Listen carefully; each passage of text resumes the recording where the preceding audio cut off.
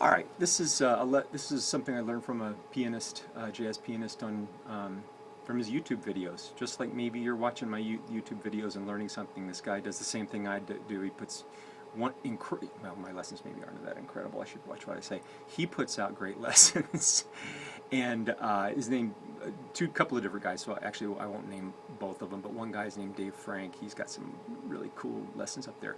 This particular lesson I didn't learn from him. I learned it from another guy whose name I've forgotten, and that's a shame because I love to give credit when I learn something from somebody. Hopefully I'll go back and get that and share it with you. But anyway, he was sharing how comping techniques from a pianist named McCoy Tyner who played with John Coltrane, and I just love this piano sound. I learn a lot from pianists because I love what they play. It's a improvisational comping technique using fourths from a keyed perspective, meaning it's fourths in a note set.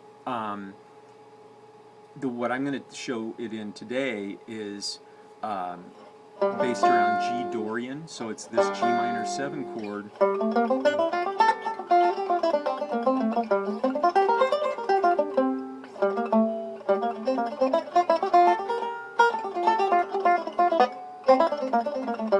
So it's that idea, G Dorian.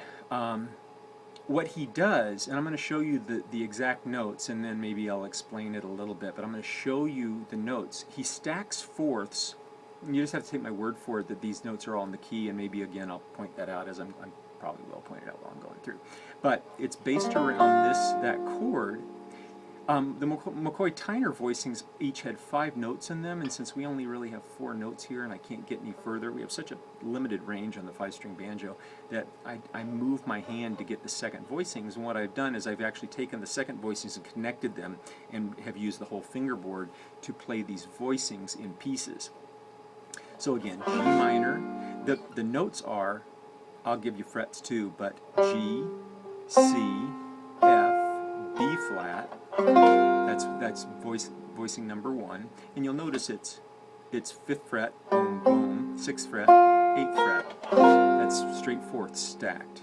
Now take that and slide it up a whole step, or 2 frets. That's your next voicing, and that's A, D, G, and C.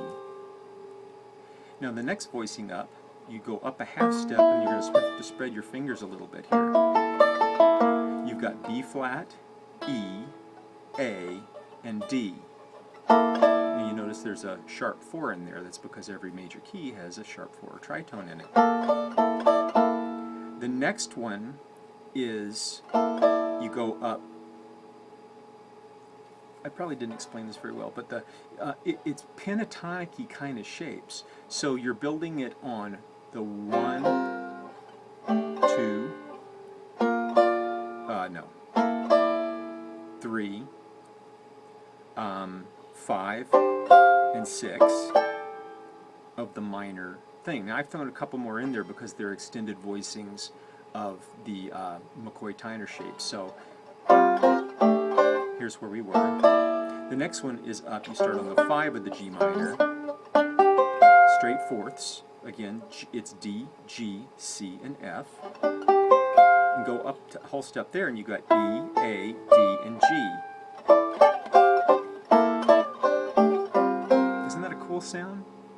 Now, there's one other that I want to throw in here because it helps to extend the sound, and that is you take your very first one based on the G minor, and then slide that down a whole step, starting on an F, and go F, B flat, E, and A. Those are the other notes that we're missing in the McCoy Tyner voicings. So you got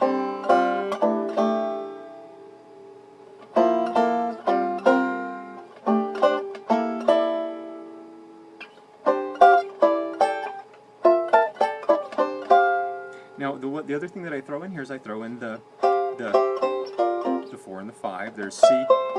Now it's not straight fourths. You got a 4th, D and G, C and an E. There's your third up on the top of some fourths. Slide that down a whole step, and you got the B flat chord up here.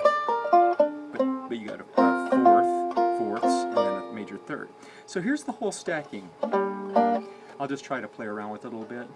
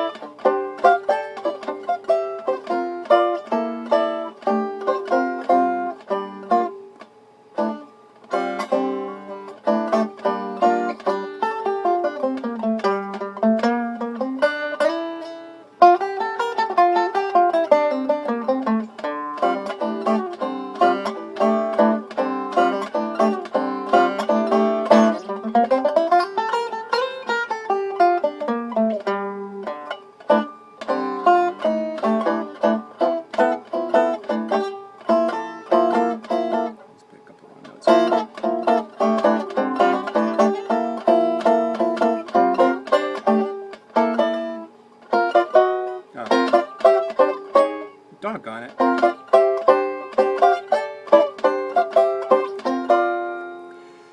So those are really helpful when you want to play some cool comping stuff and not leave the chord.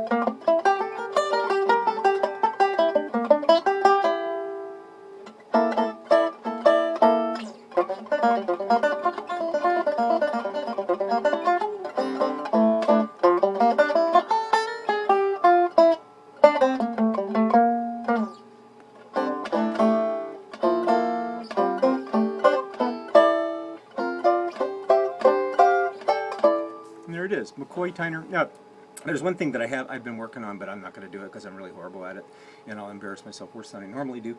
But this is there's a concept called planing, where it's really cool what they do. It's such a simple thing, well, simple to think about, which helps. But if the pianist is comping and he's playing,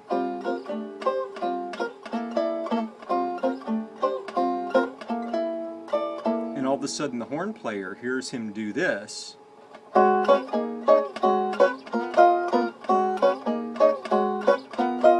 he'll just follow him into that, and basically he's just playing Dorian up a half step. So sometimes they'll go up a half step, up another half step, up another half step, back down again, and then down half steps, and they'll slide through those really quickly, so the horn player can move in and out of those cool notes and create some of those really cool jazz lines. But anyway, that concept's called planing. Maybe I'll get around to doing a video on that sometime if I ever get any good at it, but maybe you'll beat me to it. McCoy Tyner, beautiful piano sounds, open fourths in G minor Dorian.